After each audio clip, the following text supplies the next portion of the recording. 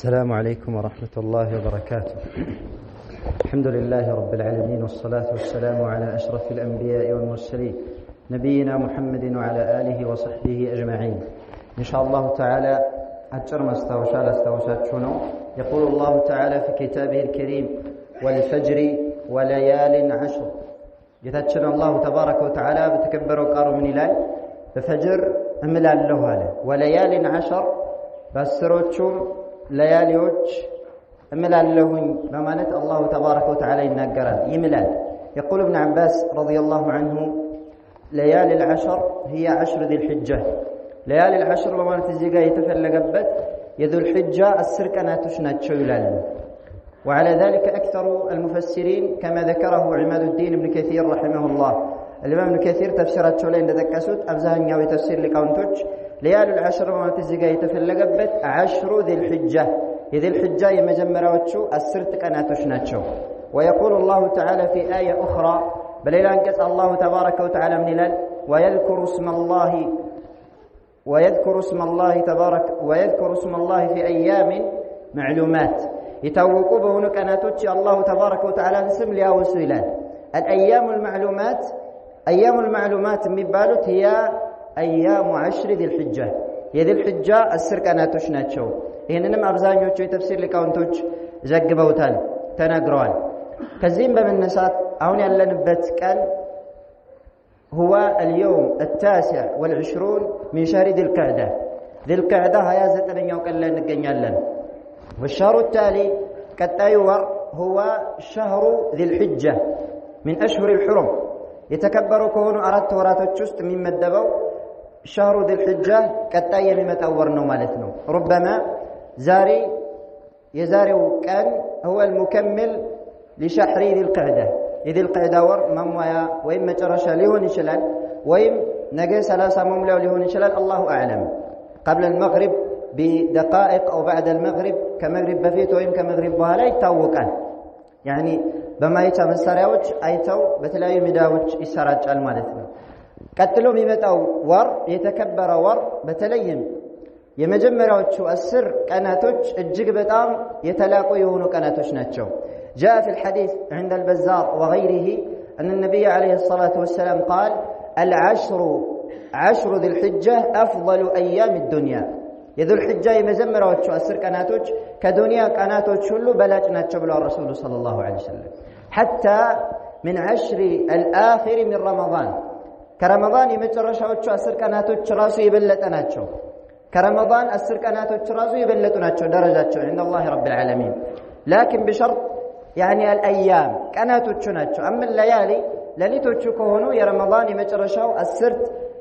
ቀን ላይ ያሉ ለሊቶች ይበልጣሉ። بالنسبه للايام ቀናቶቹን በተመለከተ افضل ايام الدنيا او ايام السنه على الاطلاق هي 10 ذي الحجه. بسد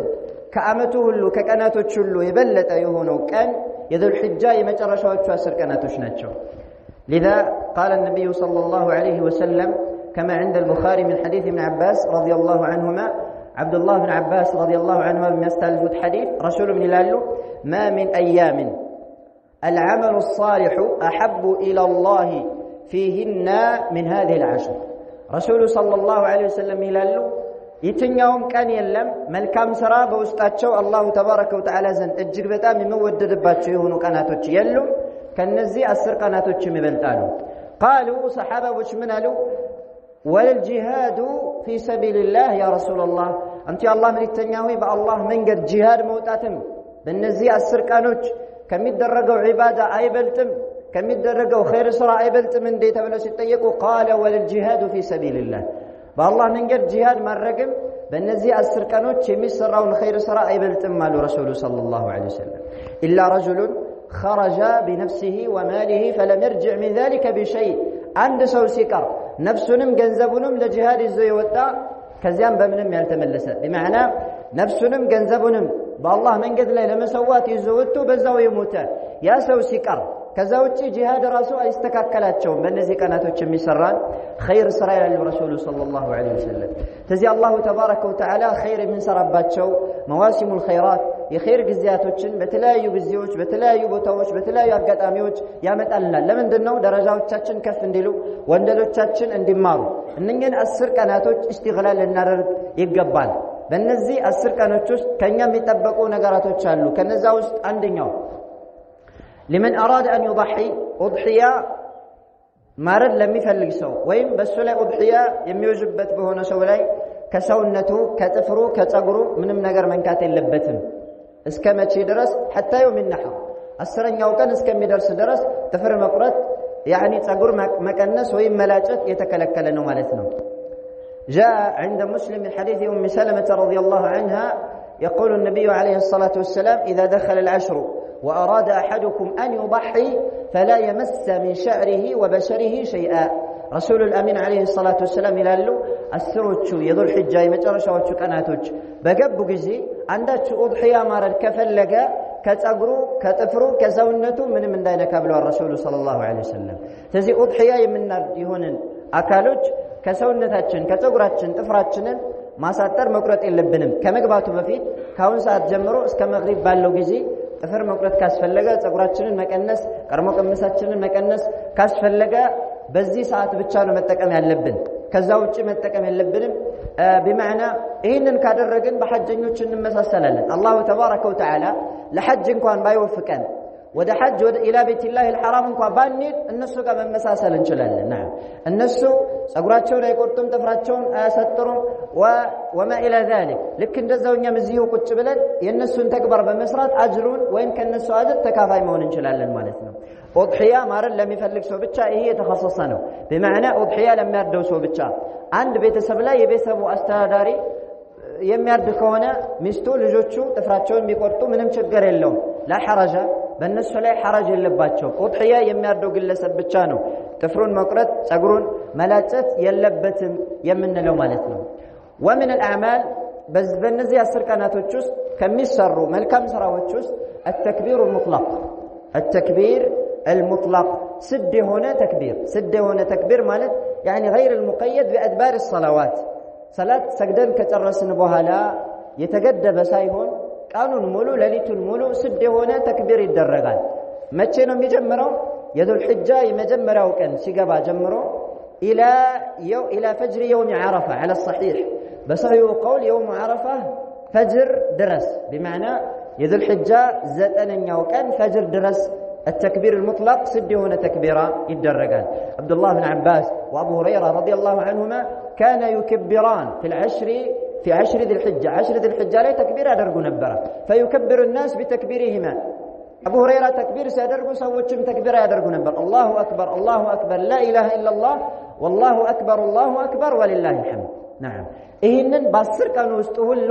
ከሰላት በኋላ ሳይገደብ ከሰላት በኋላ እንደተለመደው ዚክራችን ነው የምንለው እንደተለመደው استغفار ነው የምንለው ስንወጣም ስንገባም ስንመለስም في الشوارع وفي الطرقات وفي البيوت በየቦታው ተክቢር ማድረግ በእነኛ 9 ቀናቶች ውስጥ نعم مستحب ነው ይቀጥላል እስከ መቼ ድረስ እስከ 13ኛው ቀን ድረስ የ13ኛው ቀን ፀሐይ እስከሚጠልቅ ድረስ ተክቢር ሙጥለቅ ይቀጥላል ማለት ነው የ13ኛው ቀን ፀሐዩ አያሙ ተሽሪቅ ይባላል ፀሐዩ እስከሚጠልቅ ድረስ ተክቢር ሙጥለቅ ይቀጥላል እዛ ድረስ ተክቢራ እናደርጋለን ማለት ነው ተክቢሩ ሙቀየድ ይባላል እሱ የሚጀምረው ከሰላት በኋላ استغفار ማድረግ ተተን ቀጥታ مباشرة ሰላት ሰግደን የምናደርገው ተክቢራ የሚጀምረው አረፋ ፈጅር ላይ ነው የሚያልቀው يعني ذو الحجة 13ኛው ቀን ወይ كأيام التشريق يمترشوا كان عصر لا يتنككان يعني التكبير مقيد هنا تكبيره مالتنا أما التكبير المطلق سهايوس كم يتلق درس ذو الحجة 13ኛው ቀን ድረስ ይቀጥላል የሚጀምረው ذو الحجة አንድ ሲል ነው ማለት ነው ስለዚህ ذو الحجة አንድ ሲል ጀምረን ይሄንን ተክቢር ሳንሸማቀቅ ሳንፈራ ሐያ ሳይዘን በየቦታው በየመንገዱ በየአጋጣሚው ተክቢራ ማለት አለብን ويذكر اسم الله في أيام معلومات مفسروች እንደተቀሱት በእነዚህ ቀናቶች ውስጥ ተክቢራ ያደርጋሉ ማለት ነው እንዲሁም ኸይር ስራ ያበዛሉ ማለት ነው በእነዚህ ቀናቶች ውስጥ ኸይር ስራ ማብዛት ከተክቢራ ውጭ አሉ ኸይር ስራዎችንም ማለት ነው بالنسبه للصيام ጾምን በተመለከተ لم يثبت عن النبي عليه الصلاه والسلام انه صام